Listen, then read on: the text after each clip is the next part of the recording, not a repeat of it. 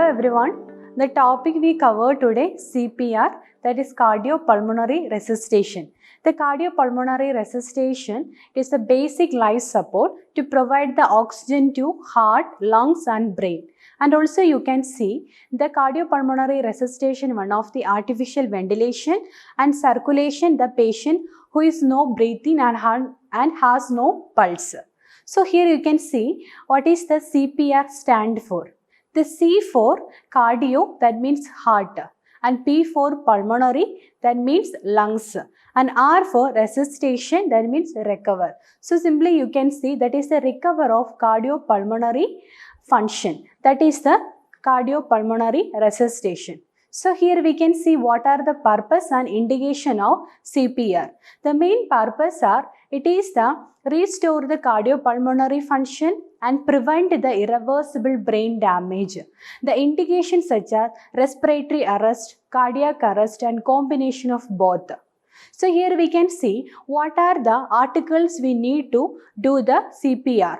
So actually additional no equipments we no need to use for the CPR procedure, but even though if the patient in hospital, we should arrange the emergency cart or crash cart. The crash cart contain airway equipments and suction equipments and syringes and tubes and intravenous equipments, and also we can use some emergency drugs also we can keep. This all should be arranged if in near the patient, if in the hospitals.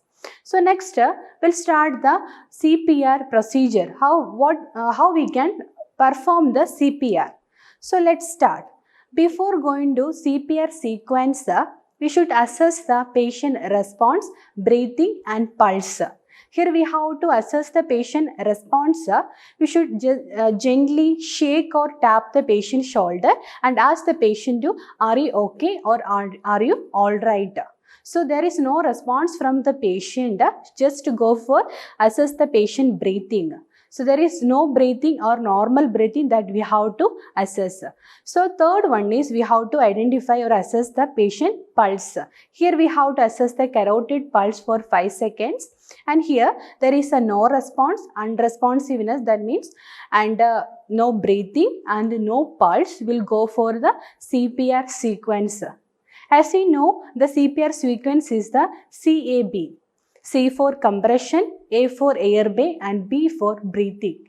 And C for compression. Here we have to do the compression. So compression, we can keep the patient on supine position on a surface, and also keep one hand over the patient lower sternum and keep another hand over the hand to the sternum, and just 2 fingers below the symphoid process, and how to keep the elbow straight and shoulder should be level of the arms, and give the compression to use our upper body weight.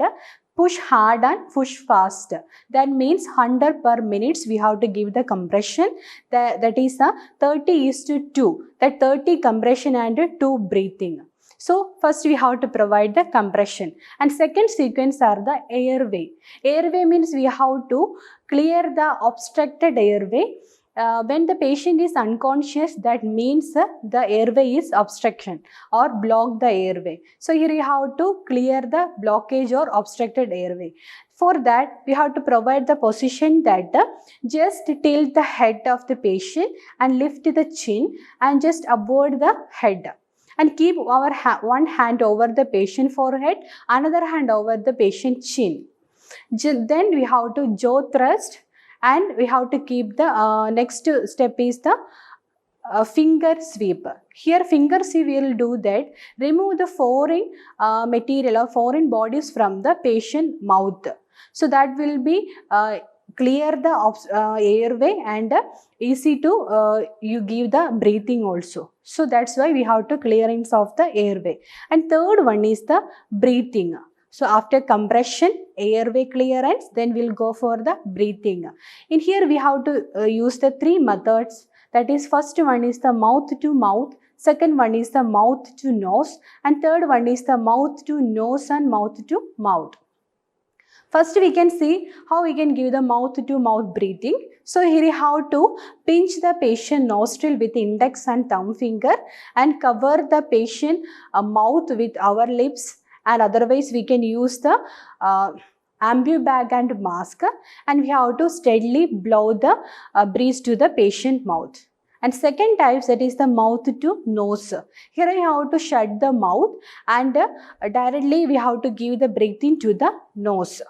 And third one is the mouth to mouth and mouth nose. So here we have to use both mouth and nose. We give the blow the air to nose and mouth. Especially in this the last method we are using for the children and infants. So after this CPR sequence, we'll assess the after CPR how the patient is responding. Here we have to assess the patient breathing or eye response, and the patient have the chest movements. With that all we have to assess.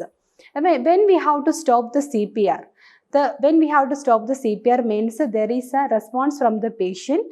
Otherwise, second is any medical team is arrives or death is confirmed. So in this stage we have to stop the CPR.